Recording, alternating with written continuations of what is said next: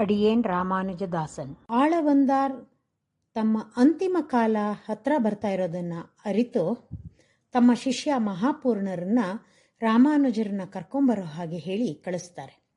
ಶ್ರೀರಂಗದಿಂದ ಕಾಂಚೀಪುರಂಗೆ ಬಂದ ಮಹಾಪೂರ್ಣರು ರಾಮಾನುಜರನ್ನ ಹೇಗೆ ಕರ್ಕೊಂಡು ಹೋಗೋದು ಅಂತ ಯೋಚಿಸ್ತಾ ಇರ್ತಾರೆ. ರಾಮಾನುಜರು ಪ್ರತಿದಿನ ವರದರಾಜ ಪೆರುಮಾಳ್ಗೆ ಆರಾಧನೆ ಮಾಡೋದಕ್ಕೆ ಬೇಕಾದಂತಹ ನೀರನ್ನ ಶಾಳೆ ಕಣರ್ ಅನ್ನೋ ಬಾವಿಯಿಂದ ತಗೊಂಡು ಹೋಗಿ ಕೊಡ್ತಾ ಇರ್ತಾರೆ.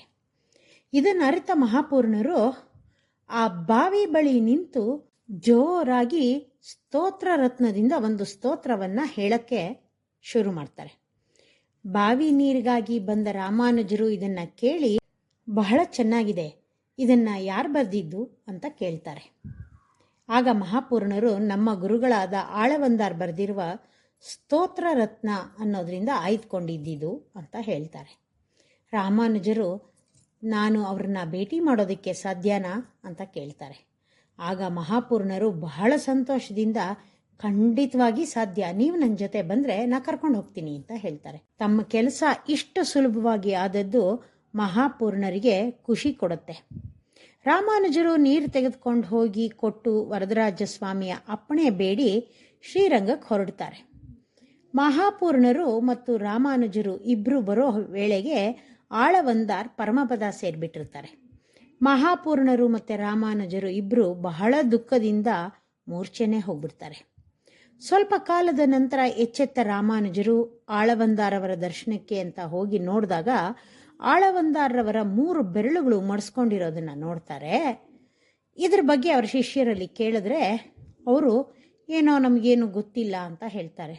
ಆ ಬೆರಳುಗಳು ಮಡಿಸ್ಕೊಂಡಿದ್ದನ್ನ ನಾವು ಈಗಲೇ ನೋಡ್ತಿರೋದು ಅಂತಾನೂ ಹೇಳ್ತಾರೆ. ಆಗ ರಾಮಾನುಜರು ನಿಮ್ಮ ಗುರುಗಳಿಗೆ ಏನಾದರೂ ತೀರದ ಆಸೆ ಇತ್ತಾ ಅಂತ ಕೇಳ್ತಾರೆ. ಆಗ ಶಿಷ್ಯರು ಅದೇನೋ ನಮಗೆ ಗೊತ್ತಿಲ್ಲ, ಆದರೆ ಯಾವಾಗಲೂ ಅವರು 3 ವಿಷಯದ ಬಗ್ಗೆ ಹೇಳ್ತಾನೇ ಇದ್ರು. ಒಂದು, ಪರಾಶರ ಮಹರ್ಷಿಗಳ ಉಪಕಾರ ಸ್ಮರಣಾರ್ಥವಾಗಿ ಅವರ ಹೆಸರನ್ನ ಒಬ್ರಿಗಿಡಬೇಕು ಅಂತ ಹೇಳ್ತಿದ್ರು. ಹಾಗೆ ನಮ್ಮಾಳ್ವಾರರ ಸ್ಮರಣಾರ್ಥವಾಗಿ ಅವರ ಹೆಸರನ್ನೂ ಒಬ್ರಿಗಿಡಬೇಕು ಅಂತ ಹೇಳ್ತಿದ್ರು.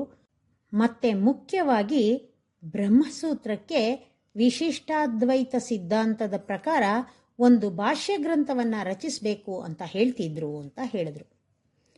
ಇದನ್ನ ಕೇಳಿ ರಾಮಾನುಜರು ಆಳವಂದಾರವರ ಚರ್ಮ ವಿಗ್ರಹದ ಮುಂದೆ ನಿಂತು ತಮಗೆ ಆಯುಷು ಇದ್ದರೆ, ದೇವರು ಮತ್ತೆ ಆಳವಂದಾರವರ ಅನುಗ್ರಹ ಇದ್ರೆ ತಾವು ಆ 3 ಕಾರ್ಯವನ್ನ ಮಾಡಿ ಮುಗಿಸ್ತೀನಿ ಅಂತ ಹೇಳ್ತಾರೆ. ಅವರು ಹಾಗೆ ಹೇಳಿದ ತಕ್ಷಣ 3 ಬೆರಳು ನೀಡ್ಕೊಂಡ್ಬಿಡುತ್ತೆ. ಇದನ್ನ ನೋಡಿ ಶಿಷ್ಯಕೋಟಿಗೆ ಆಳವಂದಾರವರ ಅನುಗ್ರಹ ರಾಮಾನುಜರ ಮೇಲೆ ಪೂರ್ಣವಾಗಿದೆ, ಹಾಗಾಗಿ ಅವರೇ ಆಚಾರ್ಯ ಪೀಠವನ್ನ ಅಲಂಕರಿಸಬೇಕು ಅಂದ್ಕೊಳ್ತಾರೆ. ರಾಮಾನುಜರು ಅಲ್ಲಿಂದ ಹಿಂತಿರುಗಿ ಕಾಂಚೀಪುರಂಗೆ ಬರ್ತಾರೆ. ತಾವು ಹೋದ ಕಾರ್ಯ ನಡೆಯದೇ ಇದ್ದದ್ದಕ್ಕೆ ಬೇಸರ ಮಾಡ್ಕೊಂಡಿರ್ತಾರೆ. ಯಾಮುನರ ಶಿಷ್ಯ ಮಾರನೇರ್ ನಂಬಿ ಅನ್ನೋರು ಅಂತ್ಯಜರಾಗಿದ್ದು ಯಾಮುನರನ್ನ ಆಶ್ರಯಿಸಿ ಸಾತ್ವಿಕ ಜೀವನ ನಡೆಸ್ತಾ ಇರ್ತಾರೆ. ಅವರ ಸಂಬಂಧಿಕರೆಲ್ಲ ಮಾಂಸಾಹಾರಿಗಳಾಗಿದ್ದು ಅವರುಗಳಿಂದ ಮಾರನೆಯರು ಅಂತರ ಕಾಯ್ದುಕೊಂಡಿದ್ರು. ಅವರು ಯಾಮುನರ ಹತ್ರ ಹೇಳಿರ್ತಾರೆ, ನನ್ನ ಅವಸಾನವಾದ ಬಳಿಕ ನನ್ನ ಸಂಬಂಧಿಕರು ನನಗೆ ಅಂತ್ಯ ಸಂಸ್ಕಾರ ಮಾಡೋದು ನನಗೆ ಇಷ್ಟವಿಲ್ಲ ಅಂತ. ಹಾಗಾಗಿ ಅವರು ನಿಧನರಾದ ಮೇಲೆ ಅವರ ಅಂತ್ಯ ಸಂಸ್ಕಾರವನ್ನ ಮಹಾಪೂರ್ಣರು ಮಾಡ್ತಾರೆ. ಇದಕ್ಕಾಗಿ ಅವರನ್ನ ಕುಲದಿಂದ ಬಹಿಷ್ಕಾರ ಕೂಡ ಹಾಕ್ತಾರೆ. ಆದರೆ ಅವರ ಮಗಳು ಅತ್ತುಲಾಯ್ ಅನ್ನೋಳು ರಂಗನಾಥ ಸ್ವಾಮಿನ ಬೇಡ್ಕೊಂಡ ಮೇಲೆ ರಂಗನಾಥ ಸ್ವಾಮಿನೇ ಆಜ್ಞೆ ಮಾಡಿ ಅವರಿಗೆ ಪುನಃ ಗೌರವ ಸಿಗೋ ಹಾಗೆ ಮಾಡ್ತಾನೆ. ಕಾಲಾನಂತರದಲ್ಲಿ ವರದರಾಜ ಪೆರುಮಾಳ್ ತಿರುಕಚ್ಚಿ ನಂಬಿಗಳ ಮೂಲಕ ಅಪ್ಪಣೆ ಕೊಡಿಸಿದ ಹಾಗೆ ಮಹಾಪೂರ್ಣರನ್ನ ಗುರುವಾಗಿ ಆಶ್ರಯಿಸಿ ಪಂಚ ಸಂಸ್ಕಾರವನ್ನ ಮಾಡಿಸ್ಕೊಳ್ಬೇಕು ಅಂತ ತೀರ್ಮಾನಿಸಿ ಕಾಂಚೀಪುರದಿಂದ ಶ್ರೀರಂಗದ ಕಡೆಗೆ ಹೊರಡ್ತಾರೆ. ಅದೇ ಸಮಯಕ್ಕೆ ಆಳವಂದಾರವರ ಶಿಷ್ಯರು ರಾಮಾನುಜರನ್ನ ಕರೆತಂದು ಆಚಾರ್ಯ ಪೀಠದಲ್ಲಿ ಕೂರಿಸಬೇಕು ಅಂತ ತೀರ್ಮಾನಿಸಿ ಅವರನ್ನ ಕರೆತರಲು ಹಿಂದೆ ಅವರನ್ನ ಕರೆತಂದಿದ್ದ ಮಹಾಪೂರ್ಣರನ್ನೇ ಪ್ರಾರ್ಥಿಸ್ತಾರೆ. ಅದಕ್ಕೆ ಒಪ್ಪಿ ಮಹಾಪೂರ್ಣರು ಶ್ರೀರಂಗದಿಂದ ಕಾಂಚೀಪುರದ ಕಡೆಗೆ ಹೊರಡ್ತಾರೆ. ಹೀಗೆ ಹೊರಟ ಇಬ್ರು ಮಧುರಾಂತಕ ಅನ್ನೋ ಊರಲ್ಲಿ ಸಂಧಿಸ್ತಾರೆ. ರಾಮಾನುಜರು ಮಹಾಪೂರ್ಣರಿಗೆ ನಮಸ್ಕರಿಸಿ ಅವರಿಗೆ ವರದರಾಜನ ಅಪ್ಪಣೆಯನ್ನು ತಿಳಿಸಿ ತಮ್ಮನ್ನ ಶಿಷ್ಯನನ್ನಾಗಿ ಪರಿಗ್ರಹಿಸಿ ಪಂಚಸಂಸ್ಕಾರ ಮಾಡಬೇಕು ಅಂತ ಬೇಡ್ಕೋತಾರೆ. ಮಹಾಪೂರ್ಣರು ತುಂಬ ಸಂತೋಷದಿಂದ ಒಪ್ಪಿ, ಅವಸರ ಯಾಕೆ, ಕಾಂಚೀಪುರಕ್ಕೆ ಹೋಗೋಣ, ಅಲ್ಲೇ ವಿಜೃಂಭಣೆಯಿಂದ ಪಂಚಸಂಸ್ಕಾರ ನಡೆಸೋಣ ಅಂತ ಹೇಳ್ತಾರೆ.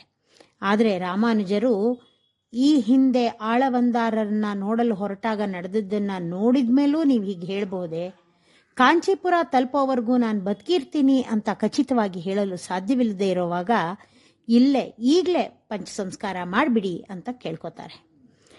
ಅಲ್ಲೇ ಏರಿಕಾತ ರಾಮರ ಸನ್ನಿಧಿಯಲ್ಲಿ ಮಹಾಪೂರ್ಣರು ರಾಮಾನುಜರಿಗೆ ಪಂಚಸಂಸ್ಕಾರ ಮಾಡಿ ದ್ವಯಮಂತ್ರ ಉಪದೇಶ ಮಾಡ್ತಾರೆ.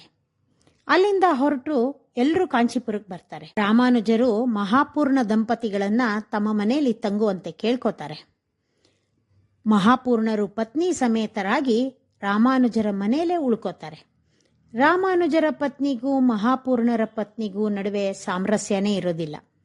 ಇದಕ್ಕೆ ಹೆಚ್ಚು ಮಹತ್ವ ಕೊಡದೆ ಗುರು ಶಿಷ್ಯರು ತಂಪಾಡಕ್ಕೆ ತಾವಿರ್ತಾರೆ. ಆದರೆ ಒಂದಿನ ಬಾವಿಯಿಂದ ನೀರು ತರುವಾಗ ರಾಮಾನುಜರ ಪತ್ನಿ ಮಹಾಪೂರ್ಣರ ಪತ್ನಿನ ನಿಂದಿಸ್ತಾರೆ. ಇದರಿಂದ ಮನನೊಂದ ದಂಪತಿಗಳು ಶ್ರೀರಂಗಕ್ಕೆ ವಾಪಸ್ ಹೊರಟೋಗೋ ಯೋಚನೆ ಮಾಡ್ತಾರೆ. ಪತ್ನಿ ಜೊತೆಯಲ್ಲಿ ಸಂಸಾರದಲ್ಲಿ ಸಂತೋಷದಿಂದ ಇರೋ ರಾಮಾನುಜರನ್ನ ಸಂಸಾರ ಬಿಟ್ಬಿಟ್ಟು ಪೀಠಾಧಿಪತಿಯಾಗಿ ಅಂತ ಕರೆಯೋದಕ್ಕೆ ಮನಸ್ಸು ಒಪ್ಪದ ಮಹಾಪೂರ್ಣರು ಹಾಗೆ ಹೊರಟು ಬಿಡ್ತಾರೆ. ಇವರು ರಾಮಾನುಜರಿಗೆ ನ್ಯಾಸತತ್ವ, ಗೀತಾರ್ಥ ಸಂಗ್ರಹ, ಸಿದ್ಧಿತ್ರಯ, ವ್ಯಾಸಸೂತ್ರ, ಪಾಂಚರಾತ್ರಾಗಮ ಎಲ್ಲದನ್ನು ಉಪದೇಶಿಸಿರ್ತಾರೆ.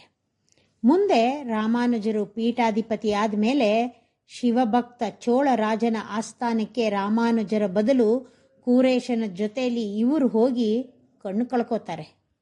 ತಮ್ಮ ಮಗ ಪುಂಡರೀಕನ್ನ ರಾಮಾನುಜರ ಶಿಷ್ಯನನ್ನಾಗಿ ಮಾಡ್ತಾರೆ. ಇವರಿಗೆ ಪೆರಿಯ ನಂಬಿ, ಪರಾಂಕುಶ ದಾಸ ಅಂತೆಲ್ಲ ಹೆಸರಿರುತ್ತೆ. ಶ್ರೀಮತೆ ರಾಮಾನುಜಾಯ ನಮಃ.